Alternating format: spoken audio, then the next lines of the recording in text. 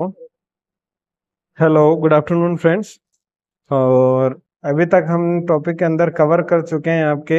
ये हमने बेसिक जो इसका है basic method semiconductor devices and analysis of electronic circuit, ये हम टॉपिक कंप्लीट कवर कर चुके हैं।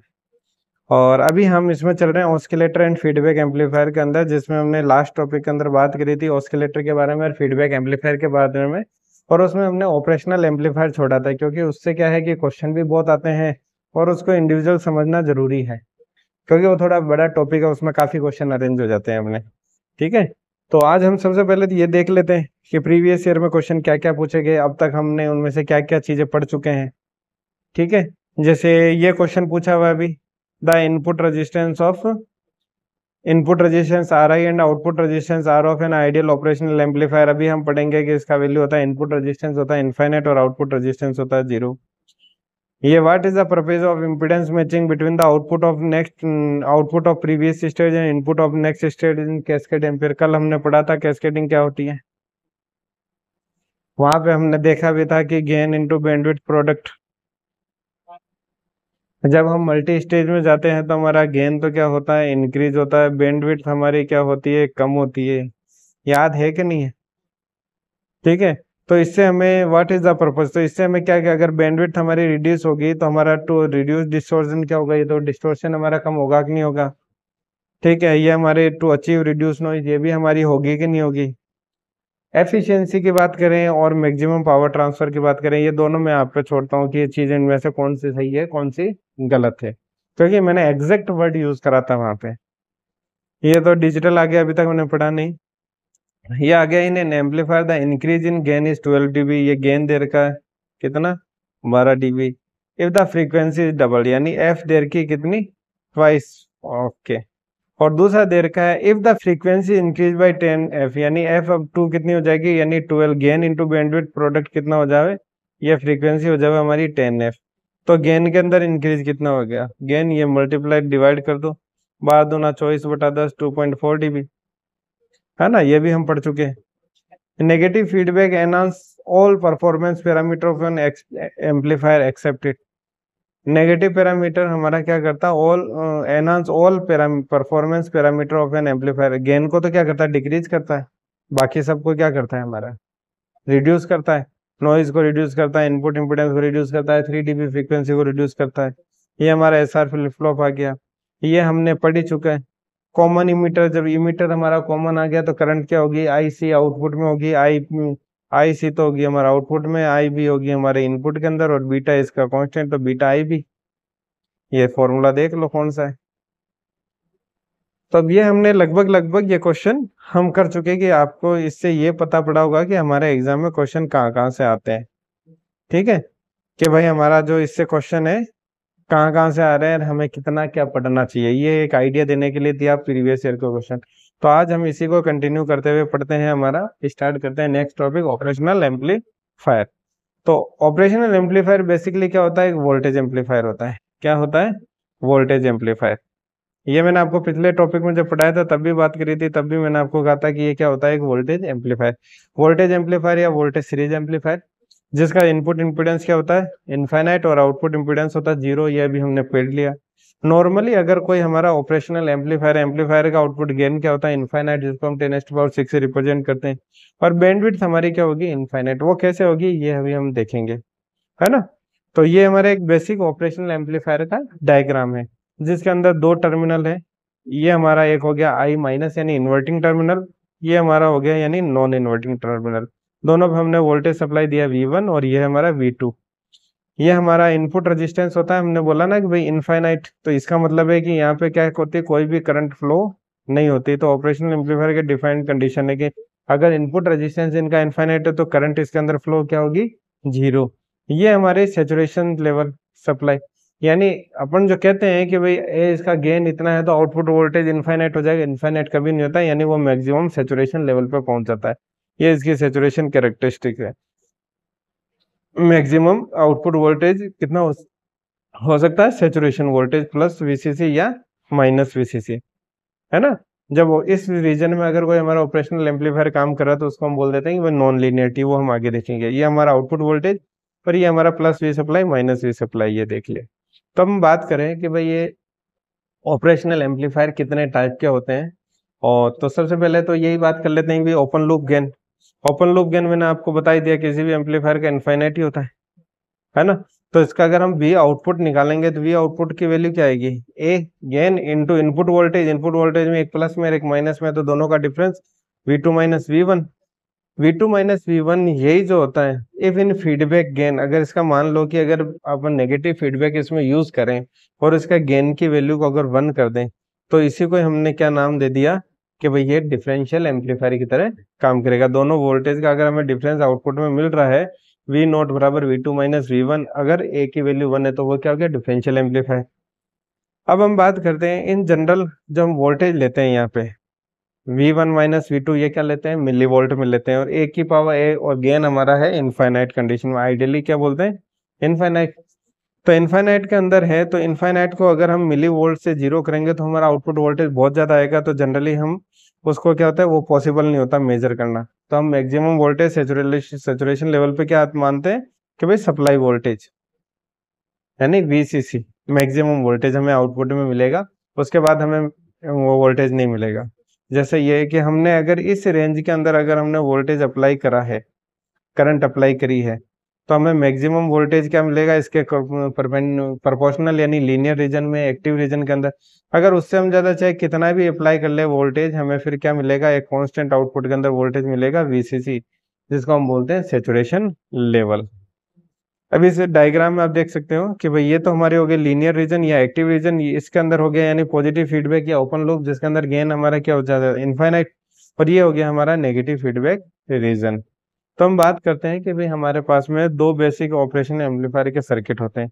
एक जिसमें हम सप्लाई देते हैं वोल्टेज इन्वर्टिंग ऑपरेशनल एम्पलीफायर पे, एक में देते हैं नॉन इन्वर्टिंग ऑपरेशनल एम्पलीफायर यानी प्लस पे। जैसे आप देख सकते हो इन्वर्टिंग में यहाँ पे हमने वोल्टेज अप्लाई कहाँ करा है, माइनस पे, या हमने प्लस पे वोल्टेज अप्लाई करा, तो इसको नाम क्या दे दिया, नॉन इन्वर्टिंग। तो हम बात करते हैं नेगेटिव फीडबैक की, पॉजिटिव फीडबैक की। इसके अंदर में भी हमने यहाँ पे नेगेटिव फीडबैक यूज करा है, और इसके अंदर भी हमने यहाँ पे क्या करा है, नेगेटिव फीडबैक यूज करा है। तो हमारे लिए इंपॉर्टेंट जो है नेगेटिव फीडबैक सिस्टम ही है। पॉजिटिव फीडबैक में हमारा क्या होता है, गेन इनफाइनाइट होता है, जो हमारे लिए यूजफुल नहीं है। और जब हम दोनों सर्किट फाइंड आउट करेंगे, यहाँ पे भी जैसे ये गेन का फॉर्मूला कैसे आया हम देखेंगे, माइनस आया, माइनस इन्वर्टिंग ऑपरेशनल एम्पलीफायर है, माइनस क्या शो करता है, फेज शिफ्ट को शो करता है कि भाई आपने अगर इन्वर्टिंग टर्मिनल पे सप्लाई दी है तो आउटपुट जो गेन होगा वो इनपुट से 180 डिग्री के फेज शिफ्ट पे होगा। इसी तरह से हम यहाँ पे नॉन इन्वर्टिंग पे दिया तो आउटपुट भी हमारा क्या आया, पॉजिटिव। अब हम बात करते हैं स्पेशली इन्वर्टिंग ऑपरेशनल एम्पलीफायर की। ये आपके सामने डायग्राम शो है। डायग्राम में हमने ये अपने V इनपुट सप्लाई दे दी हमने। इन्वर्टिंग की बात करेंगे तो इन्वर्टिंग पे दे रहे हैं हम, ये हमारा इनपुट रेजिस्टेंस सोर्स का, इसका तो इनफाइनाइट होता है यहाँ पे, है ना, जेड इनपुट इनफाइनाइट होता है। ये हमारा सोर्स का रेजिस्टेंस आर है। ये हमने एक्स लेयर का एक वर्चुअल अर्थ समिंग पॉइंट, ये वर्चुअल अर्थ समिंग पॉइंट कैसे है, कैसे काम करता है अभी हम समझेंगे। ये हमारा फीडबैक रेजिस्टेंस आर एफ, हमने यहाँ पे यूज करा है नेगेटिव फीडबैक, और ये हमारा आउटपुट वोल्टेज, ठीक है। और ये हमारा जो सेकंड टर्मिनल है हमने उसको कर दिया ग्राउंड। अब यहाँ पे समझने वाली चीजें हैं कि भाई एक तो वर्चुअल अर्थिंग जो ग्राउंड है ये क्या होता है। हमने ये तो बात कर ली कि भाई जो हमारा इसका इनपुट रेजिस्टेंस है वो क्या है, इनफाइनाइट है। इनफाइनाइट का मतलब मान सकते हो कि आप एक तरह से ओपन सर्किट है, ओपन सर्किट है कि नहीं है। अगर मैं इसका डायग्राम जो आपके सामने, इसको ऐसे तोड़ सकते हैं, V इनपुट, ये हमारा R इनपुट, ये हमारा यही पॉइंट, क्योंकि इधर तो करंट कोई फ्लो हो ही नहीं रही, करंट हमारी क्या है यहाँ पे जीरो है, इनफाइनाइट रेजिस्टेंस की वजह से ये RF और ये V नोट। अब अगर मैं इसके अंदर इक्वेशन लगाऊंगा तो V नोट बराबर तो हो गया मेरे AD इंटू VD, ये तो नॉर्मल है, VD यानी डिफरेंस वोल्टेज V1 और V2 का, हमारा नॉर्मल जो दो हमारे सप्लाई वोल्टेज है V इनपुट का, यानी यहाँ पे इन दोनों का डिफरेंस V2 और V1 जो ऑपरेशनल एम्पलीफायर में जा रहे हैं इनका डिफरेंस होगा। यहाँ से मैं VD को लिख सकता हूँ V नोट अपॉन AD। हम जानते हैं कि जो हमारा डिफरेंस, ये जो गेन है, आइडियली हमारा गेन कितना होता है, इनफाइनाइट। तो अगर मैं जीरो करूंगा तो VD हमारा क्या आ गया, जीरो, यानी दोनों का जो पॉइंट का डिफरेंस है, इस V2 का और इस V1 का, वो डिफरेंस कितना आ रहा है, जीरो। अभी हमने इसको फीडबैक को पिक्चर में नहीं लिया, हमने सिर्फ आउटपुट वोल्टेज से समझा कि भाई ये दोनों पॉइंट एक है। अगर वी डी के वैल्यू जीरो है, इसका मतलब क्या हो गया, V one minus V two बराबर जीरो है। इससे कह सकते हैं हम वी वन बराबर वी टू है।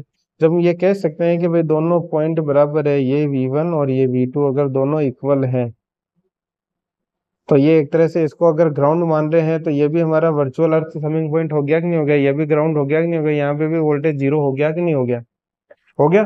तो ये हमेशा ही होता है बाई डिफॉल्ट, हमारा जो ऑपरेशनल एम्पलीफायर होता है हम इसमें ऐसे यूज करते हैं। यहाँ जो भी वोल्टेज होता है वही वोल्टेज हम यहाँ पर कंसिडर करते हैं। ऐसा नहीं कि हमेशा यहाँ जीरो ही होगा। अगर यहाँ पे हमने 5 वोल्ट दे रखा तो यहाँ भी हमें 5 वोल्ट मिल जाएगा। यहाँ 10 मिली वोल्ट है तो यहाँ हमें 10 मिली वोल्ट मिल जाएगा। अब हम इस डेरिवेशन को, इस सर्किट को हम सोल्व करते हैं। अब हम अगर इसमें सर्किट को सोल्व करें तो यहाँ पर हम केसीएल इक्वेशन लगा सकते हैं। केसीएल लगाएंगे तो यहाँ पे वोल्टेज कितना हो गया, जीरो। तो zero minus V one upon R N, है ना, यहाँ से। और I one plus I two बराबर जीरो, यहाँ zero minus V nought upon R F, ये लिख सकते हैं हम इक्वेशन। यहाँ मैंने करंट के फॉर्म में ले लिया मैंने, I one plus I two बराबर जीरो, तो ये दोनों इक्वेशन तो ये की ये रहेगी। तो यहाँ से मुझे V output upon V input क्या मिल जाएगा, minus R F upon R N, यानी feedback volt resistance upon input resistance. ये हमारा क्या हो जाता है, गेन। ये इंपॉर्टेंट है, याद रखना पड़ेगा आपको, क्योंकि एग्जाम में डायरेक्टली पूछ लिया जाता है। तो यहाँ पे नेगेटिव साइन क्या इंडिकेट कर रहा है हमारा, कि जो हमारा इनपुट आउटपुट में जो हमें सिग्नल मिला है वो इनपुट से 180 डिग्री के फेज शिफ्ट में मिला है। तो इसमें यहाँ से हमें क्या पता पड़ता है, to act as a inverting operational amplifier two condition must be followed. एक, no current flow into the input terminal, क्योंकि हमने देख लिया कि भाई जेड इनपुट हमारा कितना है, इनफाइनाइट है। दूसरा, two differential input voltage is zero as V one बराबर वी टू बराबर जीरो वर्चुअल अर्थ। ये हमने कैसे आता है ये हमने चेक कर लिया। तो ये दोनों हमारी कंडीशन फॉलो होना मस्ट है। ये हमने क्लोज लूप का भी यही देखा, गेन हमारा ये, तो वी आउटपुट को हमने लिख सकते हैं, यानी हमारा वी आउटपुट वी इन के फॉर्म में, लीनियर फॉर्म में है हमारा, तो लीनियर आउटपुट है, ठीक है। इसी तरह अब हम बात करते हैं नॉन इन्वर्टिंग एम्पलीफायर की। नॉन इन्वर्टिंग एम्पलीफायर में क्या हुआ कि भाई नॉन इन्वर्टिंग है तो हमने सप्लाई कहाँ दे दी, वी इन पे दे दी। इनपुट गिवन है नॉन इन्वर्टिंग टर्मिनल, ठीक है। ये हमने फीडबैक दे दिया। फीडबैक हमने यूज कौन सा कर रहे हैं, नेगेटिव फीडबैक। ये हमने फीडबैक रेजिस्टेंस दे दिया। ये हमने R2 के ग्राउंडिंग रेजिस्टेंस कर दिया, जिसके अक्रॉस हमें क्या लेना है, आउटपुट वोल्टेज, वी आउटपुट जिसके अगेंस्ट लेना है। यहाँ पे हम इक्वेशन लगा सकते हैं V1 पे। यहाँ V1 है, वहां भी V1 ही होगा, ऑब्वियस सी बात है। जो इनपुट रेजिस्टेंस यहाँ मिल रहा है वो कब, वो यहाँ मिल रहा है, V1 equal to we in. तो V1 upon R2 plus V1 minus V nought upon R F, इस इक्वेशन को हम सॉल्व करेंगे। V1 और V इनपुट सेम है, तो हमारे पास में V output upon V input यानी गेन की वैल्यू क्या थी, 1 plus are F upon R2। वहां पे आया था हमारे पास में R F upon R input resistance, यहाँ पे आया 1 plus are F upon R2, और वो भी पॉजिटिव के अंदर, क्योंकि हमने यहाँ सोर्स का अप्लाई कहाँ करा है, पॉजिटिव टर्मिनल के ऊपर। तो ये हमारे दोनों फीडबैक एम्पलीफायर है। ये आपको याद रखना डायरेक्टली फॉर्मूला, और डायग्राम याद रहेगा तभी फॉर्मूला याद करोगे। तो आइडियल और प्रैक्टिकल ऑपरेशनल एम्पलीफायर जो है उनमें डिफरेंस क्या क्या होता है। आइडियली हमने बात करें कि भाई, अभी मैंने बोला था भाई इनपुट ओपन लूप गेन ए हमने बताया था 10⁻⁶। आइडियली तो क्या होता है, इनफाइनाइट। लेकिन प्रैक्टिकली कितना होता है, 10⁻⁵। इनपुट इम्पीडेंस मैंने आपको बता ही दिया, करंट की वैल्यू जीरो क्यों होती है अंदर ऑपरेशनल एम्पलीफायर की, क्योंकि उसका इनपुट रेजिस्टेंस क्या होता है, इम्पीडेंस क्या होता है, इनफाइनाइट। आउटपुट इम्पीडेंस ये हमने देख ही लिया, जीरो होता है। ये कोई नहीं पूछेगा, एग्जाम में यही पूछी जाएगी। Input offset voltage, bias current, ये हम समय के साथ कवर करेंगे। बाकी अभी हाल फिलहाल इसमें आप उलझ जाओगे, हमारा टॉपिक बहुत लंबा खिंच जाएगा। बैंडविड्थ की बात करें तो ऑपरेशनल एम्पलीफायर तो यूज इसीलिए करते हैं कि भाई हमारी बैंडविड्थ जो है इनफाइनाइट, लेकिन प्रैक्टिकली कितनी होती है, 10 हर्ट्ज तक। और ये होता है CMRR। इससे क्वेश्चन न्यूमेरिकल पूछ लिया जाता है तो उसका formula common mode rejection ratio, वो होता है क्या है, 20 log AD upon AC। AD होता है डिफरेंशियल गेन और AC होता है कॉमन मोड गेन। इसके ऊपर हम न्यूमेरिकल हम भी करेंगे कि कॉमन मोड गेन कैसे, इसमें सब कुछ देके आपसे पूछ लिया जाता है कॉमन मोड गेन क्या होता है, ठीक है। अब बात करते हैं, हमने दो पढ़ लिए, हमने फंडामेंटल हम पढ़ चुके हैं ऑपरेशनल एम्पलीफायर का, कि ऑपरेशनल एम्पलीफायर होता क्या है, काम कैसे करता है। अब हम उसके देखते हैं एप्लीकेशन। एप्लीकेशन वोल्टेज फॉलोवर, नाम से पता पड़ता है कि जो इनपुट में वोल्टेज, अगर सेम वोल्टेज अगर अपन आउटपुट में मिल जाए तो उसको क्या हो गया, वोल्टेज को फॉलो करा। तो वोल्टेज को फॉलो करा तो इसके लिए दो कंडीशन होगी।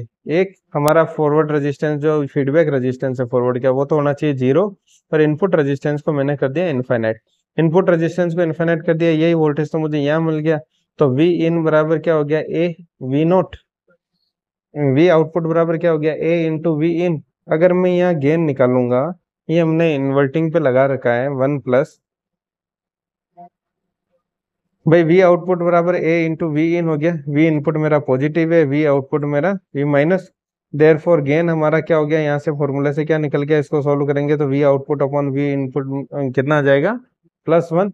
तो वोल्टेज फॉलोअर के अंदर यही है कि भाई जो हमारा वोल्टेज है इनपुट वोल्टेज में दिया वो का वही अगर मुझे आउटपुट में मिल जाए तो उसको हमने क्या बोल दिया, वोल्टेज फॉलोअर सर्किट।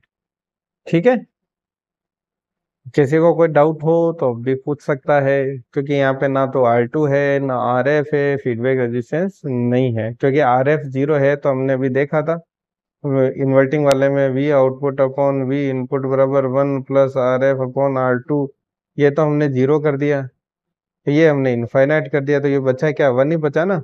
अगर किसी को ये समझ में नहीं आया क्या लिखा हो तो ये शॉर्टकट में ये है कि भाई V output upon V input equal to 1 plus RF की वैल्यू जो देर की है वो 0 और R इनपुट की वैल्यू देर की इनफाइनाइट, तो V output upon V input बराबर हो गया 1। इसको हमने बोल दिया वोल्टेज फॉलोवर सर्किट। इसी तरह हम बात करते हैं summing amplifier circuit. Summing amplifier अभी आपको डायग्राम में दिख रहा है, तीन हमने वोल्टेज दे रखे V1 V2 V3, तीनों के इनपुट रेजिस्टेंस है R in1 R in2 R in3, ये तीनों इक्वल है। ये हमने अगर ये जो हमने डेरिवेशन सॉल्व कर रहे हैं ये तभी वैलिड है, बाकी आपके लंबा हो जाएगा डेरिवेशन, ये आपके एक्सपीरियंस समझने के लिए वे तीनों इनपुट वोल्टेज क्या है इनपुट रेजिस्टेंस क्या है सेल है। तो इस पॉइंट पे आके क्या करो KCL इक्वेशन लगा दो, ये 0 है यहाँ भी 0, 0 minus V1 upon R in1 plus 0 minus V2 upon R in2 plus 0 minus V3 upon R in3 plus 0 minus V out upon RF। जब आप इसको सोल्व करोगे तो आपको ये आउटपुट मिल जाएगा। कभी V आउटपुट हमारा किसका समिंग में मिल गया कि नहीं मिला, इसको नाम क्या दिया समिंग एम्पलीफायर इक्वेशन। तो हमारा ये सब का सम कर रहा है कि नहीं कर रहा, जितने हमारे वोल्टेज सोर्स है सारे हमें सम में मिल गए। तो इसको हमने नाम दे दिया, ये सिर्फ आपके समझने के लिए, एग्जाम में नहीं पूछा जाएगा। ये इसकी एप्लीकेशन में आ जाता है audio mixer circuit digital to analog converter, जो एग्जाम में पूछा जाएगा वो मैं आपको बता ही दूंगा। ये हमारा डिफरेंशियल एम्पलीफायर, मैंने आपको स्टार्टिंग में बता दिया डिफरेंशियल का मतलब है कि जो आउटपुट में है मेरे इन वोल्टेज का डिफरेंस मिलना चाहिए, ये आउटपुट जो है वो V1 माइनस V2 की फॉर्म में मिलना चाहिए। तो यहाँ पे इस तरह का हमें सेटअप करना है, इस तरह का, ताकि हमें डिफरेंस मिल जाए। अब डिफरेंस मैंने जैसे मैं बताया भाई गेन को एक की वैल्यू को हमने 1 कर दिया, यहाँ की एक की वैल्यू को कैसे 1 करेंगे हम, उसके लिए हमने डिफरेंट डिफरेंट रेजिस्टेंस ले रखे हैं R1 R2, उनकी वैल्यू को क्या रखेंगे, ये एग्जाम रखा हमने। यहाँ पे एक बार इक्वेशन लगा देंगे और एक बार हम यहाँ पे सोर्स लगा देंगे, एक बार हम इस V2 को 0 मान लेंगे और एक बार हम V1 को मान लेंगे। आपने ये देख लिया I1 इसमें कैसे लगा दिया, I2 यहाँ पे लगा दिया, IF हमने यहाँ लगा दिया, और VB इस पॉइंट पे हमने इक्वेशन, चार हमने इक्वेशन फाइंड आउट कर ली। फिर हमने क्या कह दिया, चारों इक्वेशन फाइंड आउट करके एक बार हमने V2 को 0 मान लिया तो V आउटपुट निकाल लिया V1 के फॉर्म में, फिर V1 को 0 मान लिया तो हमने V आउटपुट फॉर्म निकाल लिया V2 के फॉर्म में। फिर हमने क्या करा, दोनों को क्या कर दिया, ऐड कर दिया, ऐड करने से रिजल्ट एंड में ये भारी भरकम आया, इसमें हमने कह दिया सारे रेजिस्टेंस सेम है, R1 बराबर है R2 के, R3 बराबर है R4 के, तो हमें ये रेजिस्टेंस मिल गया। और सारे सेम हो तो हमें आउटपुट में क्या मिल जाएगा, सिंपली V2 माइनस V1। तो ये होता कैसे है, ये डिफरेंशियल सर्किट का एक फिगर है, आपको बड़ा बड़ा मोटा मोटा कि आपको याद रहे कि भाई डिफरेंशियल एम्पलीफायर की तरह कैसे यूज में लिया जा सकता है। ये एग्जाम में क्वेश्चन यहाँ से नहीं आएगा, एग्जाम में जहाँ से आएगा वो मैं आपको बता दूंगा। ये question exam point of view से इंपॉर्टेंट है और इसका सर्किट ही इंपॉर्टेंट है कि ऑपरेशनल इंटीग्रेटर सर्किट, यानी ये इसका जो डेरिवेशन में इंटीग्रेशन आ जाता है इसको नाम इंटीग्रेटर सर्किट दे दिया। और हम डिफरेंशिएटर सर्किट अगर डेरिवेशन में डिफरेंशिएशन आ जाएगा तो डिफरेंशिएटर सर्किट। इंटीग्रेटर के अंदर जो फीडबैक में हमने कैपेसिटेंस लगा दोगे और डिफरेंशिएशन में आप इनपुट की जगह आप कैपेसिटेंस लगा दोगे। जब इसको सॉल्व करेंगे यहाँ भी हमने क्या लगाना है, ये 0 वोल्टेज है, दोनों में हमने KCL इक्वेशन लगानी है और कैपेसिटेंस I बराबर क्या हो जाता है C dVc/dt, ये हमको यूज करना है, डेरिवेटिव हमको याद रखना नहीं है। तो लास्ट में जो रिजल्ट आता है वो उसका ये आता है भाई V आउटपुट बराबर क्या -1 अपॉन RC, RC आपको पता है ये टाइम कांस्टेंट होता है, ये 0 से T input V input dt, इसलिए इसको नाम हमने क्या दे दिया integration. RC V input integration को हटाओगे या j ओमेगा के फॉर्म में लिखोगे तो माइनस ये j omega RC input V in, या इसको ये भी लिख सकते हो -1 upon S RC into V in equal to V output. अगर आपको लाप्लास के फॉर्म में रखना है तो आप ये भी एस डोमेन में आप ये भी लिख सकते हो इसको। तो इंटीग्रेटर में काम का या तो ये फॉर्मूला है या ये फॉर्मूला है, और ये डायग्राम है, डायग्राम में भी ये सिर्फ लोकेशन इंपॉर्टेंट है कि सी कहाँ पर लगा हुआ है आपके इंटीग्रेटर सर्किट में। इसी तरह से अगर आपसे पूछ लिया जाए कि भाई डिफरेंशिएटर ऑपरेशनल एम्पलीफायर, तो डिफरेंशिएटर में सी कहाँ लगा हुआ है ये इंपॉर्टेंट है। बाकी आपका जो रिजल्टेंट है उसमें -1/RC आया था, इंटीग्रेटर में डिफरेंशिएटर में क्या आ जाएगा, -RC आ जाएगा, है ना। तो मल्टीप्लिकेशन में आ जाएगा -RC डी, और RF तो वो तो आपको फीडबैक रेजिस्टेंस सही है, dV/dt। वहाँ वी इनपुट आया था, यहाँ भी इनपुट है, ऑब्वियस सी बात है। वहाँ -1/RC आया था, या -RC आ गया। तो ये हमारे लिए इम्पोर्टेंट चीज क्या है, एक तो ये फॉर्मूला कि वी आउटपुट होता है -RFC/dV/dt। और मैं इसलिए नहीं करवा रहा हूँ क्योंकि करवाना क्या, हर चीज में अगर मैं KCL इक्वेशन लगाता जाऊंगा तो हमारा जो वीडियो है बहुत लंबा खिंच जाएगा, है ना। तो इसलिए हम इसको सॉल्व नहीं कर रहे, सिर्फ आपको याद रखने की चीज है ये दोनों फॉर्मूले और ये दोनों सर्किट जो आपके सामने बने हुए हैं। और सॉल्व करना है तो आप इजीली KCL लगा सकते हो, कोई दिक्कत नहीं है। और सॉल्यूशन आपके सामने आप वीडियो में भी देख सकते हो बना हुआ है। तो अभी तक हमने क्या क्या पढ़ा कि भाई इन्वर्टिंग एम्पलीफायर क्या क्या होता है, जैसे ये हमने बेसिक पढ़ा था, बेसिक ये इन्वर्टिंग वाला नीचे ले लिया, दोनों के RF और आपको सेल ले लिया, तो वोल्टेज गेन वहां पे क्या था, -1/RF/R, इन दोनों की वैल्यू 1 है तो वोल्टेज गेन कितना आ जाएगा, -1। इसी तरह से ये हमने दूसरा देख लिया, एक मिनट, ये हमने दूसरा देख लिया, हमने नॉन इन्वर्टिंग वाला, नॉन इन्वर्टिंग पे सप्लाई दे रखी है तो V0 बराबर क्या गया, RA/RP, वहां पे हमने लिखा था RF/R2। ये इन्वर्टिंग वाला वापस आ गया, ऑपरेशनल बिल्डिंग वोल्टेज एडर जो हमने समिंग वाला देखा था, भाई सबका क्या आता है सम, ये दो है तो -RA/ इन सबका तो सेम ही है रेजिस्टेंस, तो -RA/R, V1 + V2 + V3, आपको जितने भी काम में लेने हो आप डायरेक्ट रिजल्ट लिख सकते हो अगर रेजिस्टेंस, अगर आपके एग्जाम में क्वेश्चन इससे आ जाए तो।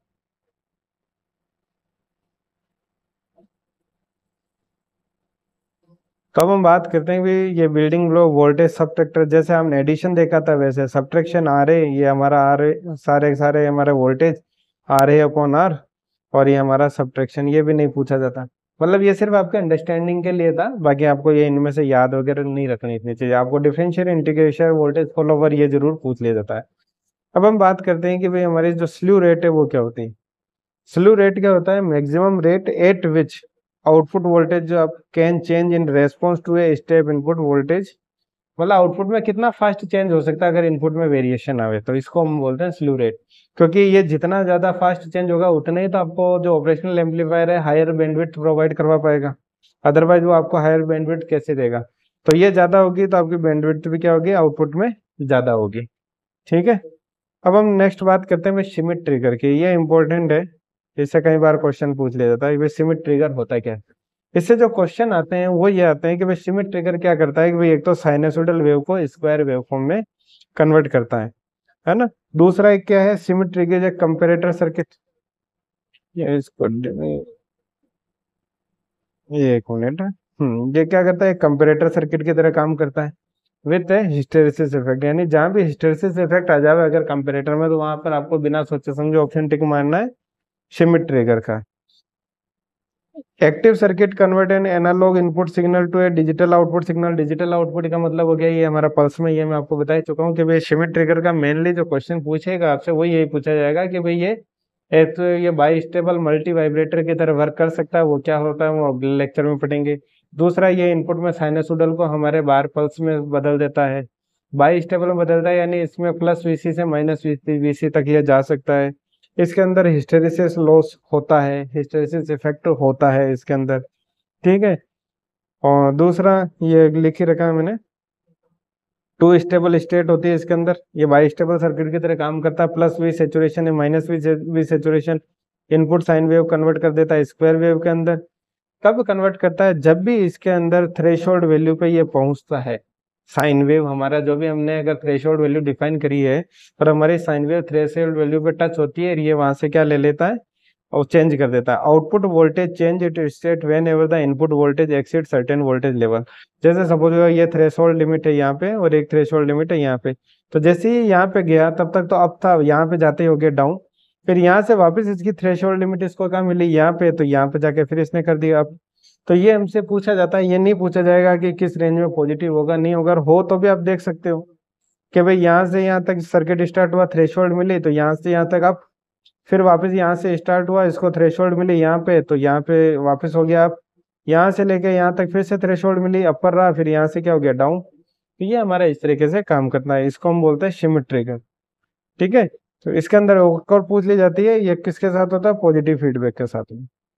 ठीक है, तो इसमें इंपॉर्टेंट पॉइंट है शिमिट ट्रिगर में याद रखना है, positive feedback can act as a bistable circuit, और स्टेबल स्टेट होती है saturation minus saturation, sine wave को स्क्वायर वेव में कन्वर्ट कर सकता है, थ्रेशोल्ड पे ये अपनी स्टेट को चेंज कर देता है। अब हम बात करते हैं भाई इसके एप्लीकेशन। हमने लीनियर एप्लीकेशन भी देखा, रीजन जो हमने डायग्राम बनाया था कि भाई ये हमारा लीनियर एक्टिव रीजन, ये हमारा सैचुरेशन लेवल। तो एक्टिव रीजन के अंदर हमारा एक्टिव एप्लीकेशन क्या है, नॉन लीनियर रीजन में हमारा एप्लीकेशन क्या है। एक्टिव रीजन के अंदर इसको हम इन्वर्टिंग एम्पलीफायर, ये हमने पढ़ लिया, वोल्टेज टू करंट कन्वर्टर जरूरत नहीं पढ़ने की, वोल्टेज फॉलोवर पढ़ लिया, इंटीग्रेटर पढ़ लिया, डिफरेंशिएटर पढ़ लिया। ये log and anti log amplifier भी बनाए जा सकते हैं, लेकिन वो बहुत ज्यादा हो जाएंगे हमारे सिलेबस पॉइंट ऑफ व्यू से, जो कि एग्जाम में कोई काम के नहीं है इस एग्जाम में। नॉन लीनियर की बात करें तो ये भी हमने देखी, शिमिट ट्रिगर क्यों नॉन लीनियर, क्योंकि उसमें हम कौन सा यूज करते हैं, positive feedback. Positive feedback use करेंगे तो नॉन लीनियर होगा कि नहीं होगा। Sample and hold circuit, zero crossing detector, ये सिर्फ आपको नाम एक बार आंखों के सामने से निकलना चाहिए, पूछते नहीं।